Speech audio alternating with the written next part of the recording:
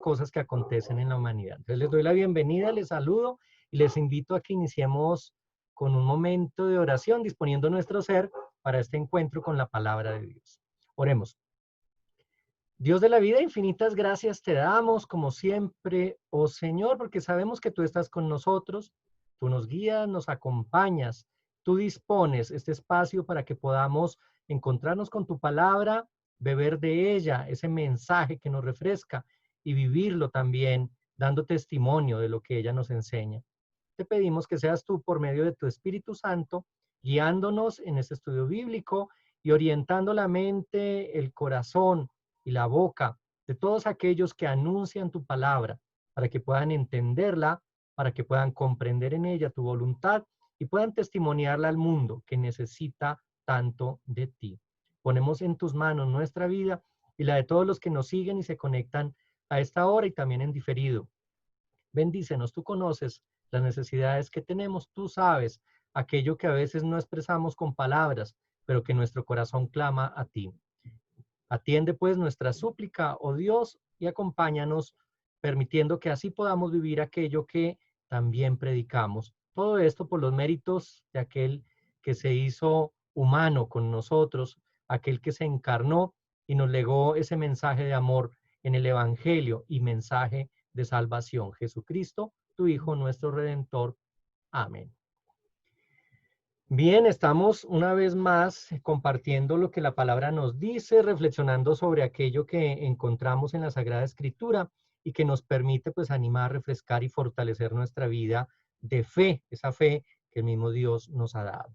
Y quiero que iniciando este tiempo de estudio bíblico podamos pensar un poco en aquellos cambios que hemos vivido durante este tiempo que quizá nos hacen tener la sensación de pérdida. Es decir, esas cosas que hoy podemos decir que ya no tenemos y que extrañamos, que nos hacen falta, comparando esta época con lo que acontecía hace unos 6 meses o quizá hace un año. Entonces pensemos qué cambios a modo de pérdida identificamos en nuestra vida comparando este momento presente con lo vivido en una etapa, en un momento previo a la cuarentena y al confinamiento que estamos viviendo a causa del coronavirus. Entonces, reflexionémoslo ahí, teniendo pues presente que es verdad que ha habido cambios, que es verdad que ha habido cosas que se han ajustado a esta realidad que algunos llaman nueva realidad, nueva normalidad, y que nosotros podemos en nuestro inventario poder definir si realmente las consideramos como pérdida. Y a la par con esto, invitarles a pensar en aquella frase, ese adagio popular que dice que todo tiempo pasado fue mejor, aludiendo con ello a que siempre lo anterior fue mejor a lo presente, pero también pensando qué es lo que determina que una época sea o no sea buena. Entonces son dos cosas a las que les invito a reflexionar, a pensar en este momento como abrebocas de este estudio bíblico. Uno, pues esos cambios que ya vamos viendo en nuestra vida y que hoy decimos son pérdidas que experimentamos justamente a causa del confinamiento. Y dos, ¿qué es lo que determina que un tiempo sea mejor que otro o que podamos evaluar un tiempo o una época como mejor que otra? Y pues así nuevamente les reafirmo la bienvenida y abro pues la posibilidad del diálogo para que abran su micrófono y puedan participar pues aludiendo a estas dos preguntas.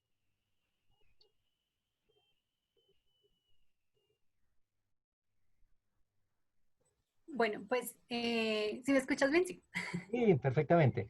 Bueno, yo pensaría que uno de los cambios que más me han afectado, por así decirlo, es la ida o la rutina de ir a la universidad, que ya no está obviamente tan presente.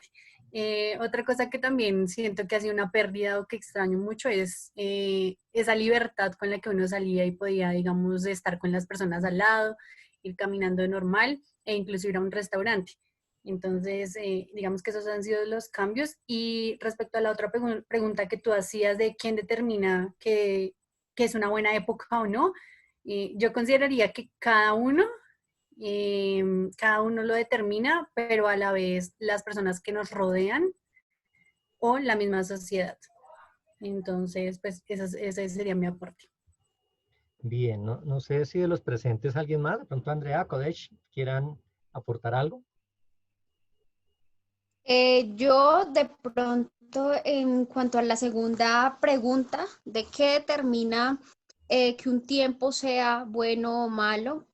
Pienso que es como nuestra misma actitud frente a la vida y nuestra misma actitud frente a cómo asumimos esa época. Entonces, si de pronto los demás lo ven de una forma, nosotros desde nuestro interior y, y desde nuestra, eh, como nuestra mirada hacia la vida y ante la situación, podemos verlo de una forma distinta. Ese es mi aporte. Bien, gracias, Andrea. No sé si tú quieres decir algo, Kodesh. Sure. Entonces, tal vez sea medio masoquista, pero yo extraño subirme a un zip que esté así de gente y mirar sobre el hombro de alguien que esté viendo como Netflix o jugando un juego en el celular. No sé, a mí me gustaba mucho eso, yo no sé si es como masoquista decirlo. La segunda pregunta, yo solo digo, pues, yo termino pues por la cantidad de diversión que uno tiene, ¿no? Y de cantidad de felicidad que uno pueda conseguir de un momento. Eso es lo que determina si es bueno o malo. Correcto, genial, genial eso que ustedes dicen. Y me encanta también las cosas sencillas que van determinando nuestra vida. Creo que como humanos nos hemos vuelto un poco complicados, complejos y hemos llenado la vida de tantos rituales y protocolos que a veces no aportan mucho y algunos incluso influenciados por la estructura laboral o la estructura académica que nos van diciendo qué es lo que se debe y lo que no se debe hacer. Pero esos detalles como lo que demarca también Kodesh, esas cosas de la cotidianidad sencillas que quizá con la disminución del encuentro personal que vivimos en esta época, pues se van perdiendo y que hoy las sentimos como con nostalgia diciendo, bueno, las extrañamos también, el tener la posibilidad de acercarse al otro, ver al otro, curiosear incluso con aquellos a quienes no conocemos, pero que existen para nosotros en un lugar concreto. Y bueno, yo quiero que esto que ustedes dicen sea como motivación para lo que vamos a abordar. Vamos a estar trabajando con Eclesiastés 3 y 4. Bueno, es extenso el texto, pero bueno, lo que logremos abordar en este tiempo nos va a aportar y nos va a dar claridades también para nuestra vida, porque además es un texto que es muy conocido. Entonces quiero que leamos en primer lugar esa afirmación categórica de que todo tiene su tiempo que encontramos en Eclesiastés 3, versículos 1 al 8. Ustedes me hacen saber si alguno de ustedes lo quiere leer, si lo tiene ahí a la mano. Eclesiastés 3, versículos del 1 al 8. Generalmente, Eclesiastés está después del libro de los Proverbios y más adelantico del libro de los Salmos. Si lo tienen, háganmelo saber. Eclesiastés 3, del 1 al 8.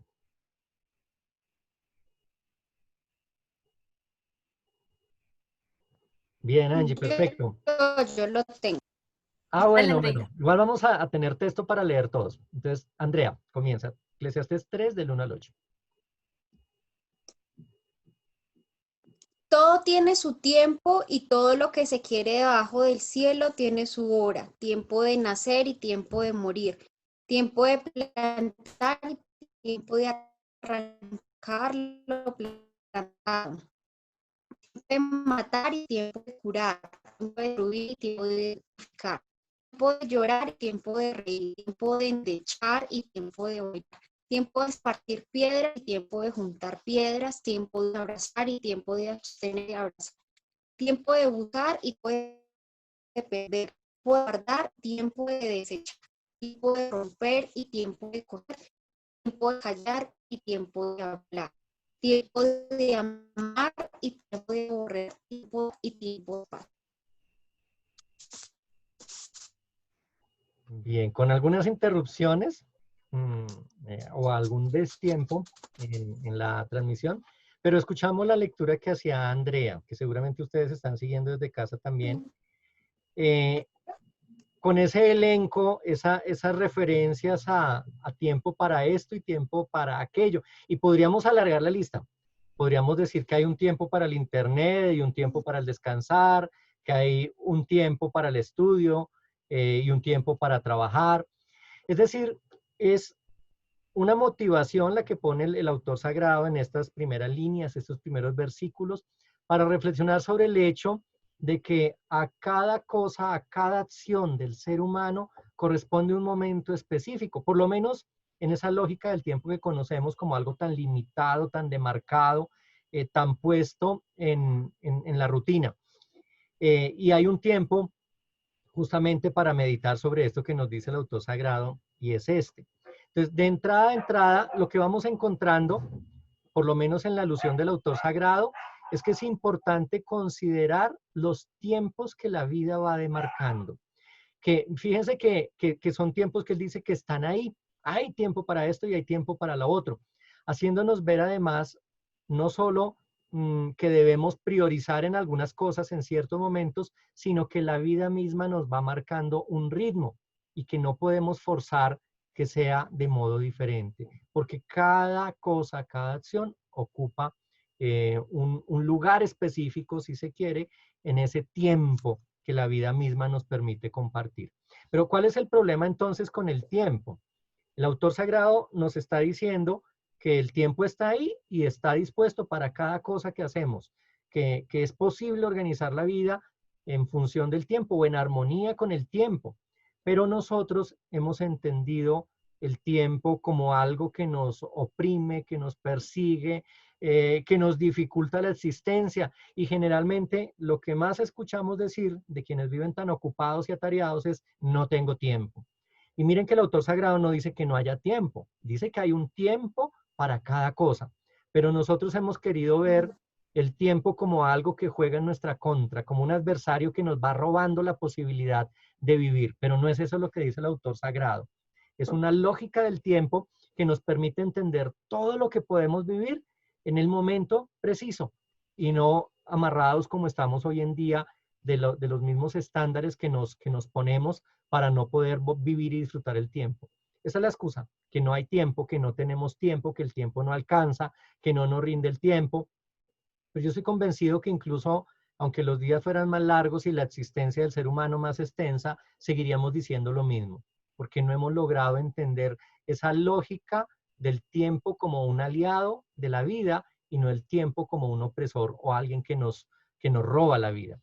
Y eso tiene que ver con la falta de comprensión. Y aquí va el segundo fragmento, la segunda perícopa, la segunda porción de este texto del capítulo 3, que nos lleva a pensar un poco en que no comprendemos la obra de Dios, no comprendemos lo que Dios hace y por eso sentimos que incluso al mismo tiempo se constituye en una carga. Vamos a leer, puede ser Angie, Eclesiastés 3, seguimos en ese mismo capítulo, pero de los versículos 9 al 15. Eclesiastés 3, del 9 al 15.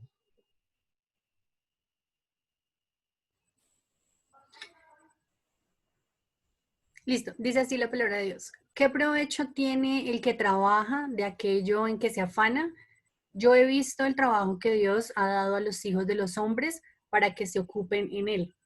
Todo lo hizo hermoso en su tiempo y ha puesto eternidad en el corazón de ellos, sin que alcance el hombre a entender la obra que ha hecho Dios desde el principio hasta el fin.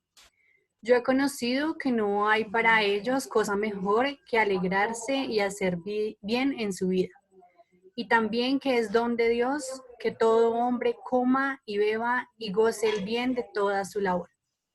He entendido que todo lo que Dios hace será perpetuo. Sobre aquello no se añadirá, ni de ello se disminuirá. Y lo hace Dios, para que delante de él teman los hombres. Aquello que fue ya es, y lo que ha de ser fue ya. Y Dios restaura lo que pasó. Amén. Decía, excelente esto que nos está diciendo el autor sagrado en Eclesiastés. Yo quiero recalcar algunas cosas. El versículo 11, por ejemplo, me parece bastante significativo. Dios todo lo hizo hermoso y puso en el corazón de los mortales la noción de la eternidad, aunque estos no llegan a comprender en su totalidad lo hecho por Dios. Fíjense, es una reafirmación de lo que nos dice el libro del Génesis, ¿no? Dios todo lo hizo bien, todo lo hizo bueno. Vio Dios que era bueno lo que había salido de sus manos. O sea, si todo fue hecho de modo perfecto por Dios mismo, porque a veces nosotros perdemos esa belleza que nos transmite la creación. Y fíjense, dice más aún, puso en el corazón de los mortales la noción de la eternidad. O sea, Él nos concibió pensando en que comprendiéramos la eternidad, nos puso la noción en el corazón. Y dice, aunque estos no llegan a comprender en su totalidad lo hecho por Dios. O sea, ¿cuál es el problema y cuál es la ruptura que hay en lo que Dios ha querido para nosotros y lo que nosotros realmente vemos? Es en que definitivamente no logramos comprender lo que Dios hace. Nos cuesta entenderlo. Cuando nos da entendimiento y sabiduría, nosotros siempre estamos bloqueando ese entendimiento y haciendo que nuestra reflexión y nuestro modo de ver la vida nos impida ver lo que Dios ha puesto en el corazón. Fíjense que no es algo que es externo, sino lo puso en nuestro corazón, nos dio la noción de eternidad. Pero estamos tan limitados mentalmente que nosotros hemos condicionado, hasta demarcamos el tiempo, le damos medida al tiempo y consideramos que nunca es suficiente y que no nos alcanza. Por eso a veces hasta le pedimos a Dios, danos más tiempo. Es que yo pueda alcanzar a hacer tal cosa o tal otra, porque nuestra noción del tiempo es diferente a la noción que Dios ha puesto en nosotros. Para nosotros el tiempo está tasado, está medido, es limitado y en algún momento se acaba.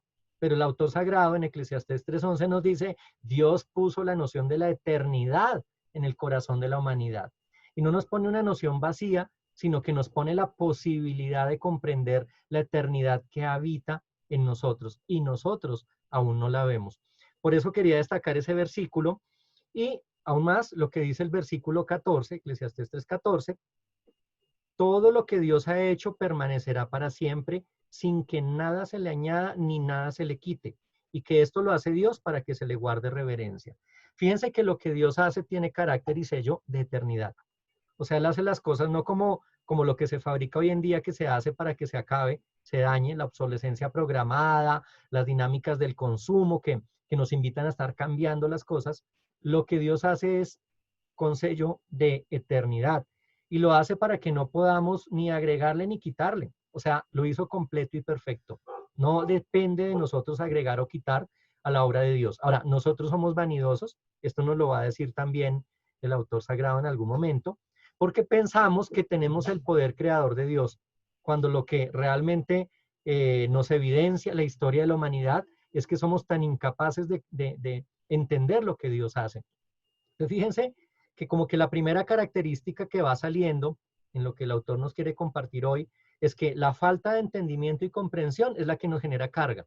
No lo que el tiempo que Dios ha concebido genera, sino lo que nosotros entendemos de ese tiempo es lo que nos genera carga, lo que nos hace sentir de que trabajamos y tenemos afanes y que no se ve el producto, que no se ve el beneficio, pero eso, nos lo dice el autor sagrado, lo estamos generando nosotros mismos, nuestra falta de comprensión.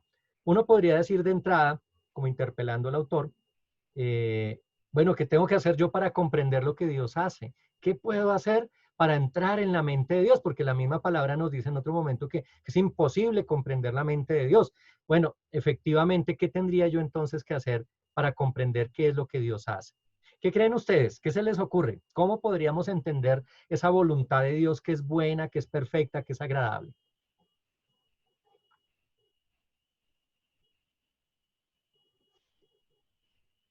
Está Complicado, difícil. cierto.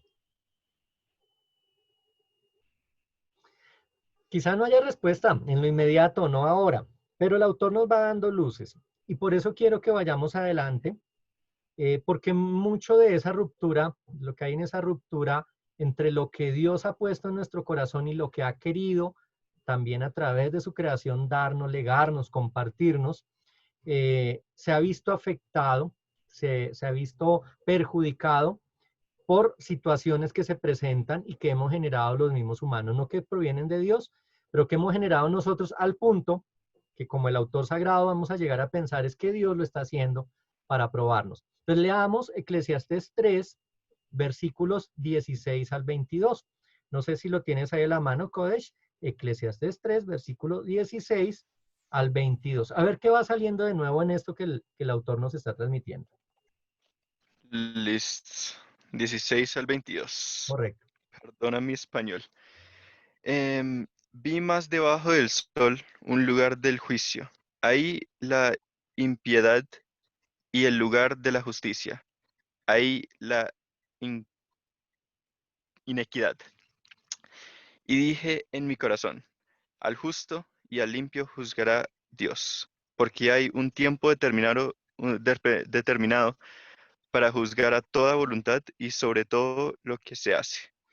Dije en mi corazón, en orden a la condición de los hijos de los hombres, que Dios los puede manifestar, y es para ver que ellos son bestias los unos a los otros, porque el suceso de los hijos de los hombres y el suceso del animal, el mismo suceso es.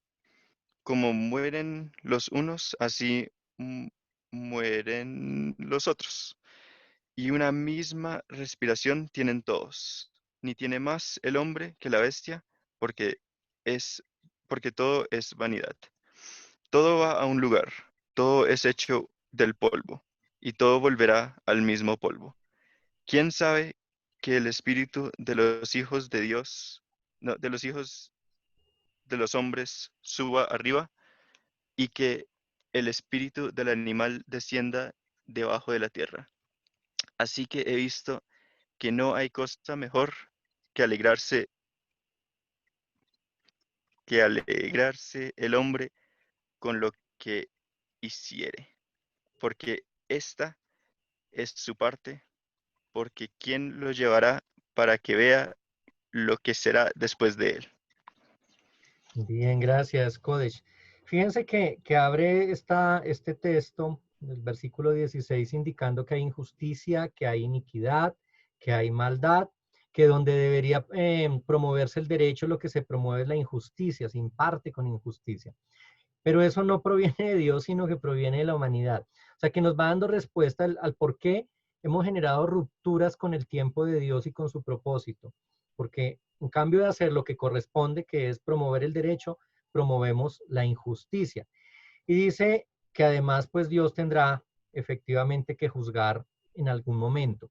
Pero me encanta la crudeza con la que además el autor refiere que no hay mayor diferencia entre las bestias y los humanos, que así como unos respiran, los otros también, y como unos dejarán de respirar en algún momento y morirán, nosotros también. Finalmente, dice él, todo es vanidad. En el versículo 19, todo va al mismo lugar, el polvo pues vuelve al polvo, somos hechos de polvo. Ni siquiera, dice él en el 21, sabemos si nuestro espíritu se elevará y el de las bestias se irá a lo profundo, porque finalmente no hay claridad sobre eso. ¿Qué es lo que debemos tener presente entonces? Versículo 22. No hay nada mejor para el ser humano que disfrutar de su trabajo, porque eso es lo que le ha correspondido hacer. Entonces, frente a la injusticia que nos permite o que nos genera rupturas en la relación con Dios, la alternativa es trabajar y hacer lo que mejor sabemos hacer del mejor modo. Es decir, disfrutar el tiempo presente haciendo lo que corresponde, trabajando en lo que debemos trabajar. Entonces, ya que no podemos tener control sobre qué acontece con nosotros cuando morimos, y en eso no nos distanciamos mucho de las bestias, dice el autor sagrado, pues lo que debemos hacer es disfrutar de nuestro trabajo. Pero ojo que cuando aquí se habla del trabajo, el autor quizá no está pensando a las estructuras de explotación a las que nos vemos enfrentados nosotros, al trabajo asalariado, a las dinámicas del capitalismo, al hecho de tener que sufrir tratando de ganar el sustento para nuestra familia, con condiciones laborales que no nos favorecen y no nos permiten ni siquiera planear y soñar, sino que se refiere al trabajo como la acción característica del ser humano, el trabajo liberador, el trabajo transformador, lo que al humano le corresponde hacer. Y eso está muy vinculado con el versículo 16 que habla sobre la inequidad y la injusticia, porque el trabajo del ser humano tendría que ver con la promoción del derecho y la justicia. Entonces, uno disfruta realmente el trabajo cuando hace lo que le corresponde. Cuando uno hace lo que no le corresponde, lo que no le toca, lo que no debería, pues no lo disfruta, no haya goce en ello. Entonces, en ese sentido, pues una de las rupturas con el tiempo que Dios nos da y el por qué lo sentimos como una carga, porque hemos perdido ese contacto con la eternidad que Dios puso en nuestro corazón, tiene que ver con el hecho de no estar trabajando en lo que deberíamos trabajar, no estar haciendo aquello que nos correspondería hacer y por no estar trabajando en pro, en función de la justicia. Entonces, fíjense cómo se va revelando, por lo menos este capítulo 3 nos pinta un panorama en el que nos indica la dinámica del tiempo que va a nuestro favor, porque es el tiempo de Dios, las rupturas que generamos como humanidad, que nos impiden vivir el tiempo de ese modo liberador como eternidad y que por el contrario nos llevan a sentir carga de injusticia y opresión, y cómo el trabajo podría llegar a constituirse en un elemento liberador para el ser humano, pero el trabajo digno, dignificante, ese trabajo que nos permite renovar la obra que tenemos, que Dios nos ha dado, poder trabajar en la renovación, en la preservación de ella, haciendo lo que es justo y lo que nos corresponde. No sé si hasta ahí hay alguna reacción, saludando pues a quienes se suman al Zoom y quienes se han ido conectando también a través de Facebook en la página de la iglesia. No sé si quieren agregar algo a la reflexión, no a la palabra de Dios, o sea, no le puede añadir nada, pero sí a esta reflexión que nos permite ponerla en contexto hoy. Y si no, pues vamos adelante con la lectura. Creo que es posible seguirle la pista a este trazo que nos va realizando el autor sagrado y vamos a avanzar hacia el capítulo 4 de Eclesiastés, pensando en que, bueno, aunado a la injusticia y al hecho de no trabajar en lo que nos corresponde, hay una carga que también tiene que ver con lo espiritual que es fuerte. Entonces vamos a leer Eclesiastés 4, del 1 al 6. No sé, Andrea, si te animas. Eclesiastés 4, del 1 al 6. ¿Ahí me escuchan bien? Sí, señora. Hola, ¿me escuchan Sí, bien? ¿Sí? sí, se oye. Listo. Eclesiastés 4, del 1 al 6. Vi todas las de los oprimidos, sin tener quien los consuele, y la fuerza estaba en la mano de sus opresores, y para ellos no había consolador. Y alabé yo a los finados, los que ya murieron, más que a los vivientes, los que viven todavía. Y tuve por más feliz que unos y otros al que no ha sido aún, que no ha visto las malas obras que debajo del sol se hacen. He visto asimismo que todo trabajo y toda excelencia de obras despierta la envidia del hombre contra su prójimo. También esto es vanidad y aflicción de espíritu. El necio cruza sus manos y come su misma carne. Más vale un puño lleno con descanso que ambos puños llenos con trabajo y aflicción de espíritu. ¿Hasta el 6? Ahí está bien, sí. Está perfecto hasta ahí. Fíjense lo que nos comparte Andrea en la lectura, que podríamos verlo desde una mirada fatalista y como algo desesperanzador. Por una parte, porque en el versículo 1 nos está diciendo que los oprimidos lloran y no hay quien los consuele. Y esto es porque el poder está en manos de los opresores. Esto fue escrito hace muchos siglos, pero creo que refiere lo que vivimos hoy en día. Muchos sufren sin hallar consuelo y el poder que debería estar en manos de aquellos que trabajen por la justicia ha terminado en manos de quienes oprimen. Ese es un problema. Yo creo que nosotros no sentimos envidia por el bienestar que tienen algunos o por la gran cantidad de bienes materiales que han logrado acaudalar, acumular algunas personas. Creo que eso no es lo que nos preocupa. Nos preocupa es que quienes logran acceder al poder, sea económico, político, social, religioso, oprimen al pueblo. Y ese poder está pues entonces en malas manos. Y lo peor no es solo que haya unos que oprimen, sino que aquellos que son oprimidos no tienen quien los consuele. Y esto, aunque no está escrito acá explícitamente en el texto, nos da cuenta de la indiferencia del ser humano. Porque la indiferencia es la que permite que los que asumen el poder son los opresores, que los que no lo tienen son oprimidos, pero que haya un tercer grupo de personas que no haga nada. Ni luche por recuperar el poder y ponerlo en buenas manos, pero tampoco consuela a los que están sufriendo. Y quizá eso lo vemos con crudeza en el tiempo presente. Estamos sintiendo y cada vez eso hace que sea como más desalentador el panorama. Aquí nos motivamos, aquí nos hablamos desde la palabra de Dios con palabras de esperanza y de ánimo, pero realmente el mundo hoy se siente cada vez más agobiado porque ya se ha hecho consciente del desequilibrio en el manejo del poder. Y ya hoy el mundo y la iglesia adelante va comprendiendo cómo el poder está donde no debe estar y cómo cada vez hay más opresión y no alcanza el efecto de lo que hacemos como creyentes para dar suficiente consolación. Entonces, esa es una cosa bastante cruda que nos pone frente a nosotros, el autor sagrado, incluso diciendo que felicita a los que ya murieron, porque pues no les ha tocado ver esto. Y podríamos decirlo nosotros, los que murieron antes del confinamiento, por ejemplo, nos diría, uy, qué bueno que no les tocó esta época tan terrible. Pero dice que también felicita a los que ni siquiera han nacido, porque todavía no han visto la maldad que hay bajo el sol. Todavía no han tenido conciencia de lo que estamos enfrentando. Y continúa indicando que ve que hay gente que se afana, que tiene éxito, y lo que hace es despertar envidia de otros. Y eso genera aflicción en el espíritu. El que vive envidia, el que sufre envidia, genera aflicción. Y dice que además hay necios que se cruzan de brazos y terminan destruyéndose a sí mismos. Es decir, gente que no hace nada por cambiar la realidad y en el fondo, sin darse cuenta, se están afectando a sí mismos. Cuando no somos solidarios, cuando no hacemos nada por mejorar las condiciones de vida de nuestro prójimo, pues en el fondo nos estamos perjudicando nosotros mismos. Y me encanta versículo 6, más vale un puñado de descanso que 2 puñados de afanes y aflicción de espíritu. O sea, más vale descansar un poquito, lograr serenidad y paz, que estar llenos de tantos afanes que lo que hacen es afligirnos. Entonces, por eso, aunado a la injusticia y al no estar haciendo lo que nos corresponde hacer, el no trabajar en lo que deberíamos, aparece la aflicción espiritual como un fruto de la época. Y ustedes podrán dar cuenta de ello, seguramente han dialogado con personas que pueden decir que están sufriendo en este momento.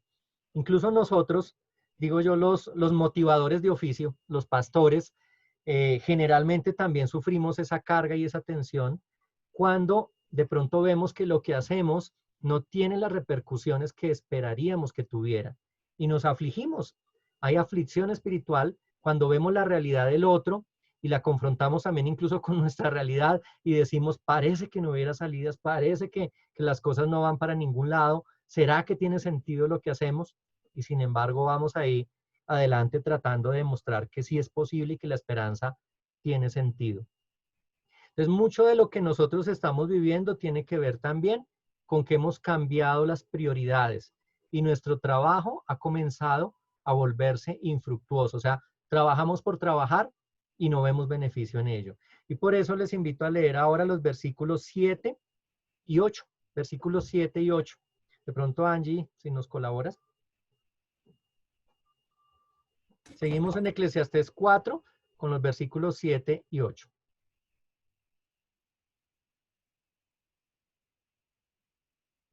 Quizá con el micrófono encendido, Angie, te podríamos escuchar. Aunque yo iba leyendo tu no me hagas bullying. Yo sé que todos estamos siguiendo la lectura desde casa, pero es más bonito cuando esta va además ambientada con una bella voz. Ya no quiero leer. Dice así. Ya me volví otra vez y vanidad debajo del sol.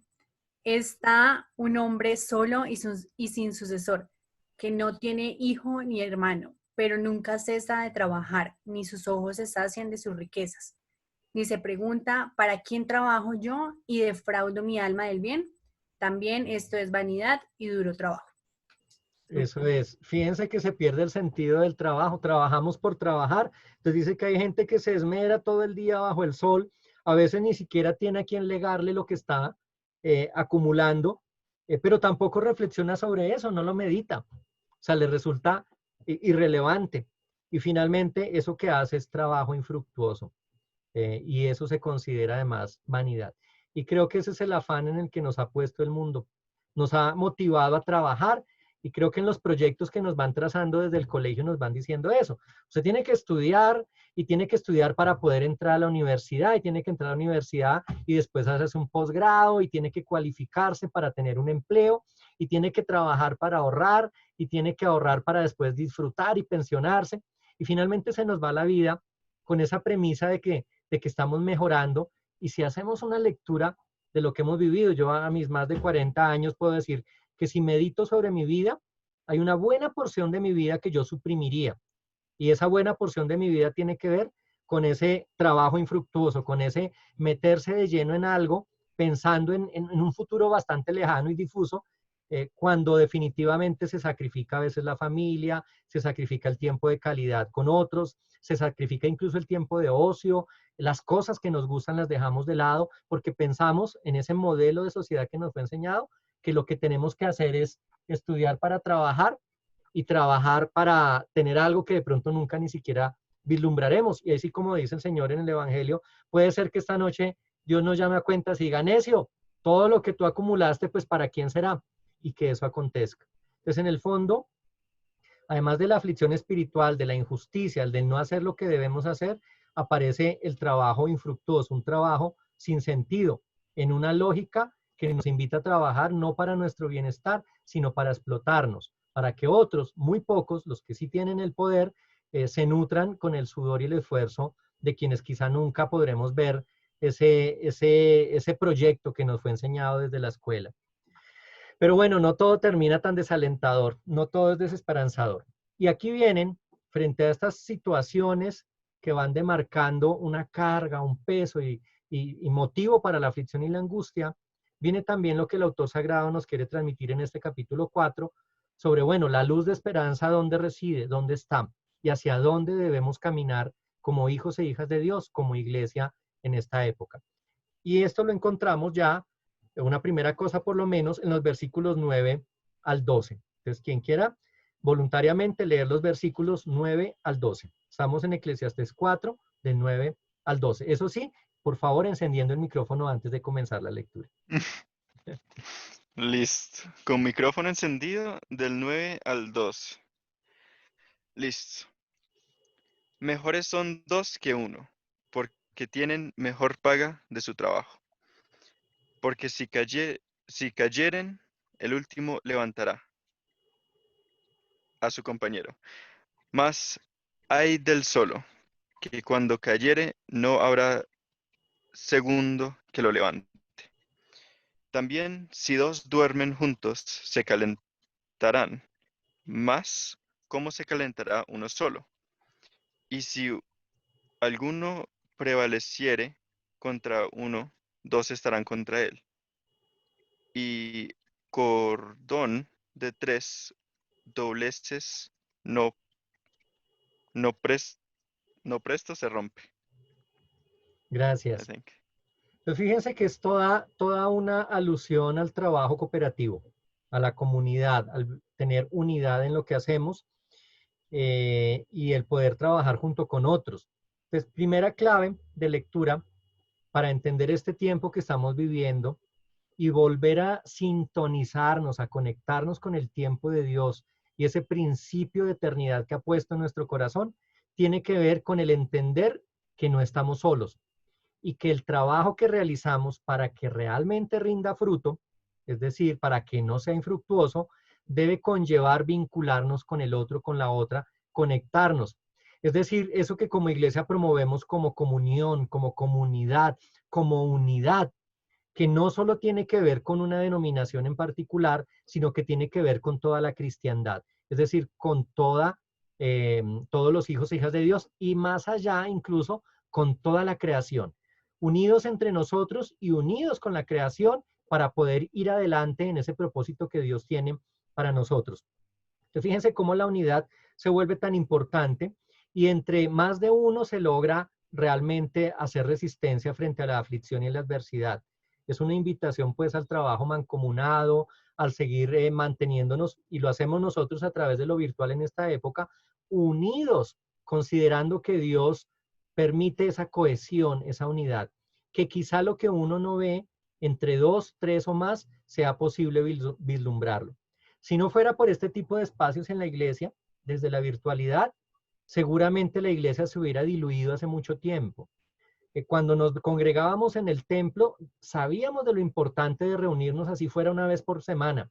Pues ahora que no nos reunimos quizá en el espacio físico, es más importante aún encontrarnos, dialogar, reflexionar juntos y seguir construyendo juntos para hacer resistencia, así como dice acá, como el cordón de 3 hilos, que resiste más, que no se rompe fácilmente, que nos va a permitir no quebrarnos, no resquebrajarnos en este tiempo, el estar unidos como comunidad, como iglesia, como humanidad plena, conforme a lo que Dios quiere.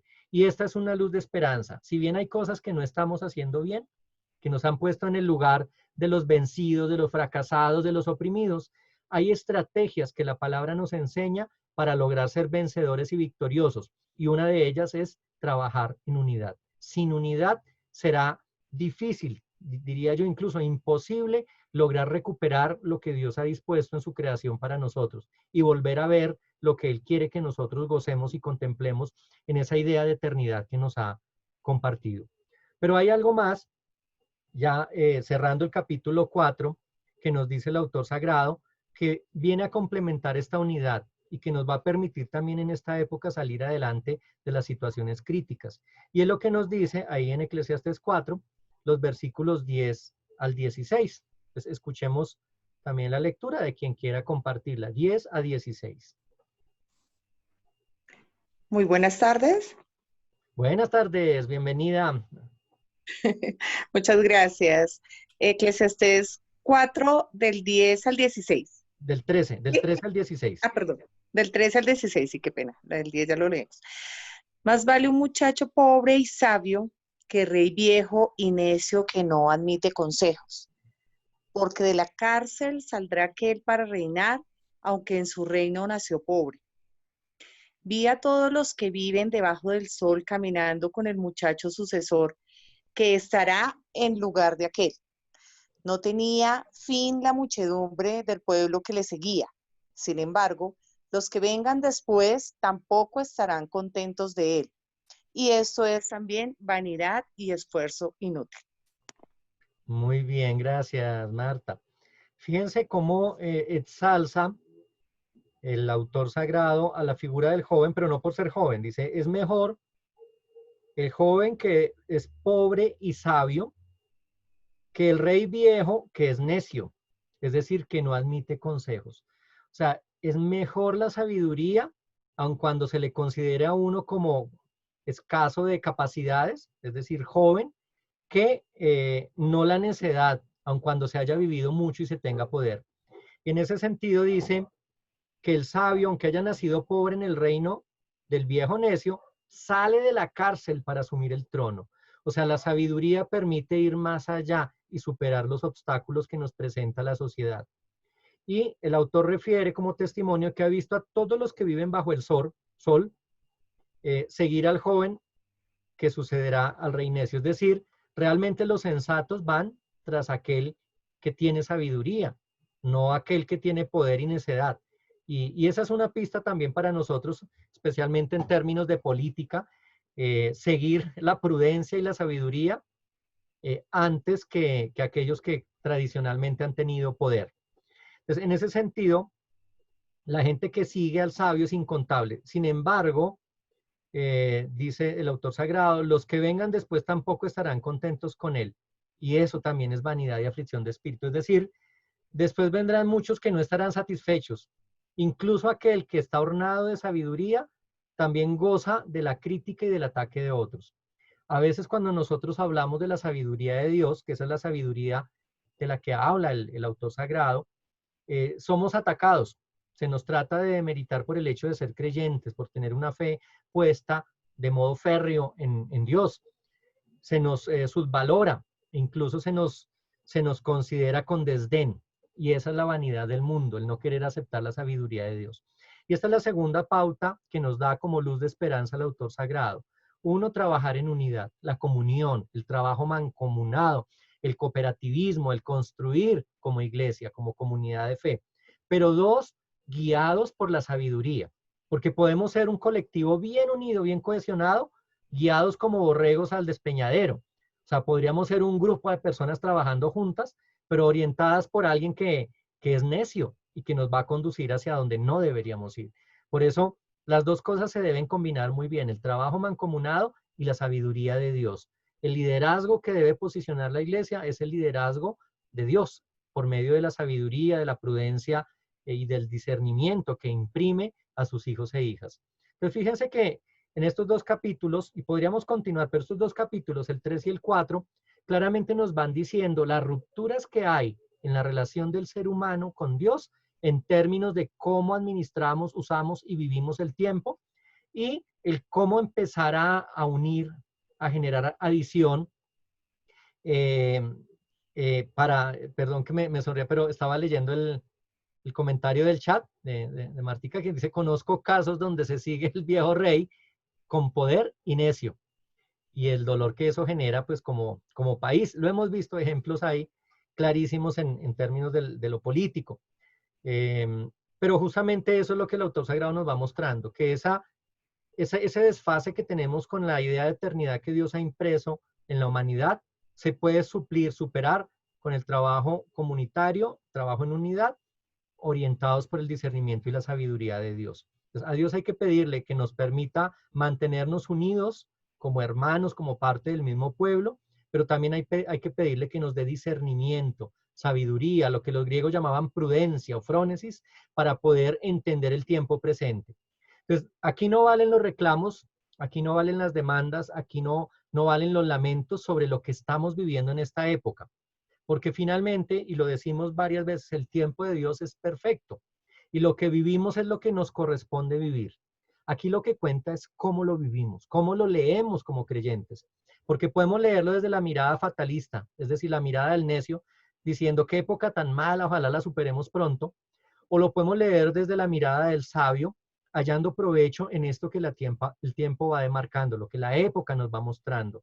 Y ahí es donde nosotros los creyentes hacemos la diferencia, en el modo como leemos la historia y la realidad, y cómo hacemos que esa realidad cambie, se transforme, y que nos permita, con esa idea de eternidad que tenemos, comprender que aquello que viene adelante es mejor en el plan de Dios que lo que estamos viviendo. Todo lo que Dios ha hecho es bueno.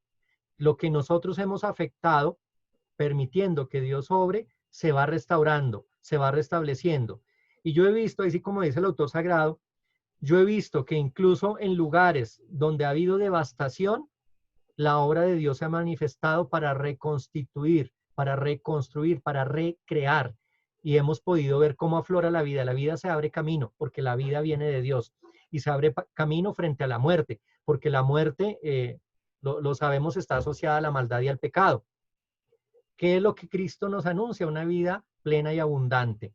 ¿Qué es lo que vence Cristo con su muerte en la cruz y su resurrección? La muerte y su poder sobre la humanidad. No somos hijos de oscuridad, tinieblas ni muerte, somos hijos de Dios, hijos de luz, hijos de vida. Con esa idea que nos dice el capítulo 3, en el versículo 11, Dios todo lo hizo hermoso y puso en el corazón de los mortales la noción de la eternidad. La idea es que lleguemos a comprender todo lo que ha hecho Dios. Y hasta aquí pues esta reflexión, pensando un poco que si bien hay algo que estamos perdiendo en esta época, hay algo que no estamos haciendo bien, hay mucho que todavía podemos hacer si seguimos aquello que Dios quiere para nuestra vida. Y lo que Dios quiere, su voluntad, es para bien, es buena, es agradable y es perfecta para todos sus hijos e hijas y para los que se acogen a ella. Ahora sí, si ustedes tienen alguna reacción adicional, es el momento para compartirla. Recuerden que estamos al aire y nos siguen a través de Facebook desde diferentes lugares del planeta.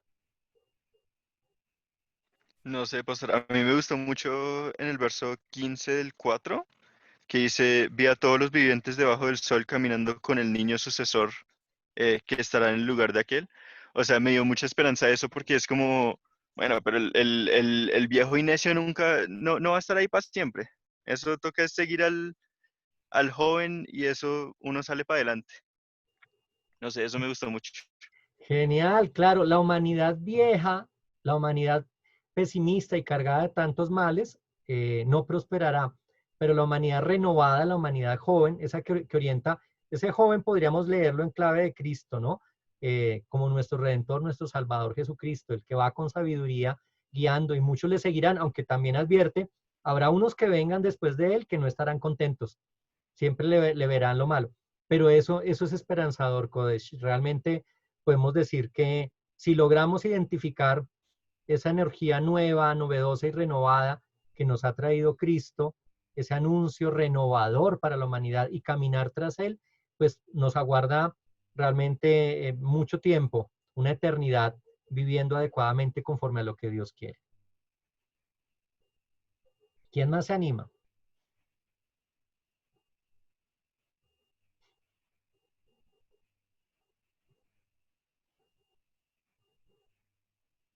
Quedamos como en stand-by. Bien, pues es realmente un gusto poder compartir estos espacios. Yo quiero aprovechar mientras hay alguna otra reacción para saludar a quienes en Facebook nos han estado siguiendo y han reaccionado, como Ricardo Carrillo, Fátima Reina, Gladys Vergara, Gloria Martínez Díaz, Adriana Quito, Rosmary Rincón, María Nave, quienes interactúan, quienes están siguiendo la transmisión, quienes nos envían saludos, y además a ustedes que están conectados también a través del Zoom.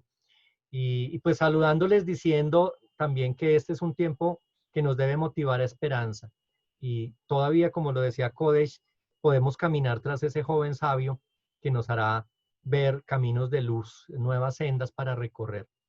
Y ese pues es Cristo, su mensaje, su evangelio, y esa redención que nos ha concedido, aunque no la merezcamos. No sé si ahora sí hay alguna otra reacción, alguien quiera, antes de cerrar este espacio de estudio bíblico.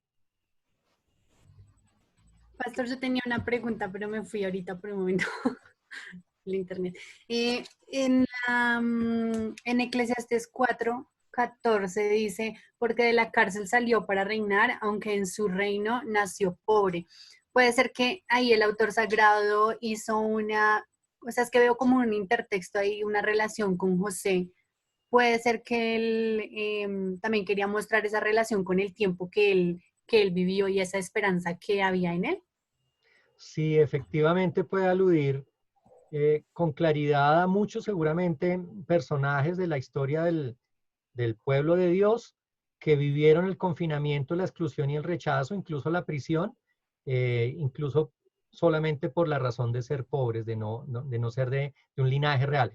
Pero también anuncia cómo saldrán de la cárcel, como de lo profundo, de lo escondido, de donde se les ha confinado para asumir el trono. Y hay ejemplos, claro, el rol de José es determinante. Vemos también incluso al mismo David, pobre pastor sencillo, pequeño, que logra acceder al trono y reinar, y a tantos otros, y también, como lo decía yo, quizá un anticipo de ese Mesías que el pueblo esperó por siglos y que finalmente logramos nosotros ver y vivir, que, que es de condición humilde, que nace en contexto de persecución, que inicialmente es considerado un enemigo público, que es llevado a prisión, que es castigado por algo que no ha hecho, pero que finalmente, tras la condena a muerte, en caso de Cristo, sale de la tumba, resucita y lo hace ya definitivamente para asumir el trono, para reinar. Entonces, es una alusión que atraviesa todos los tiempos, que tiene que ver justamente con cómo la necedad termina, que parece que nos gobernara, termina siendo confinada. Cómo el que a través del tiempo ha ejercido poder y lo ha hecho como un déspota, el que lo ha hecho con autoritarismo, que ha violentado a otros, que ha vulnerado los derechos de los otros, finalmente tiene que bajar. Y aquel que ha sido quizás señalado, el que ha sido considerado indigno, pero que trae sabiduría, y esa sabiduría que viene de Dios, finalmente será quien tiene que gobernar. Entonces, es la historia de toda la humanidad resumida en esos versículos, que quizás sí pueda ser un intertexto, como dices tú, de la historia de otros líderes conocidos, destacados del pueblo. No sé si hay algo más que decir. Me gusta mucho compartir con ustedes y poder reflexionar sobre esto. Aquí no todo está dicho. La palabra nos va dando luces, nos revela cosas, nos da pautas de vida y nos motiva, y ante todo nos sostiene y nos alienta aún en estos tiempos que para muchos se han tornado complejos, difíciles o críticos en todo sentido. Pero la palabra sigue siendo luz, sigue siendo esperanza y sigue siendo fortaleza para aquellos que la leen, que reciben su mensaje y que la anuncian con gozo en el corazón. Dejemos que esa eternidad de Dios en nosotros se siga manifestando, que vivamos como resucitados, aún en tiempos de oscuridad y persecución, que podamos mostrar ese Cristo resucitado que no nos ha dejado en ningún momento y que nos guía y nos acompaña, y esa fuerza de su Espíritu que está con nosotros, que no nos abandona y que va adelante de nosotros también abriendo camino. Les voy a invitar a Angie Tatiana para que nos dirijas en oración por todas las intenciones que tengamos y también pues agradeciendo a Dios por su palabra, por su mensaje en este tiempo en que es un refresco, es un bálsamo para nuestra vida. Bueno, cerremos nuestros ojos, dispongamos nuestro corazón. Bendito Padre Celestial, gracias Señor por este tiempo tan maravilloso que nos das compartir tu palabra. Cómo usas, Señor, a tu pueblo, cómo usas, Señor, a nuestro prójimo para hablar. Gracias por cada una de las situaciones por las que hemos pasado y hemos aprendido, que tu tiempo es perfecto como lo hemos hablado. Padre, te pido también por las peticiones que nuestro corazón tiene. Cada uno de nosotros las conoce. Te las pongo, Señor, en tu presencia, que tú seas, Señor, tomándolas y que seamos también buenos al reaccionar con tus planes. En tus manos quedamos. Bendícenos a nosotros, bendice a nuestra familia, a nuestros hermanos en Cristo, y en ti nos quedamos, Padre. Ayuda a los que necesitan de ti, a los que necesitan de tu alimento. En ti quedamos, Padre. Amén y amén. Amén. Bien, y que el Dios de la vida les continúe bendiciendo, les colme de innumerables dones y les siga animando, nos siga animando para los desafíos que aún vienen, pero eso sí, todo en unidad como iglesia, como su pueblo, y pidiendo siempre que sea Él con su sabiduría quien nos oriente. Una bendecida semana para ustedes. Nos encontramos en 8 días nuevamente en este espacio de estudio bíblico. Saludos a los presentes en Facebook y en Zoom. Bendecida tarde.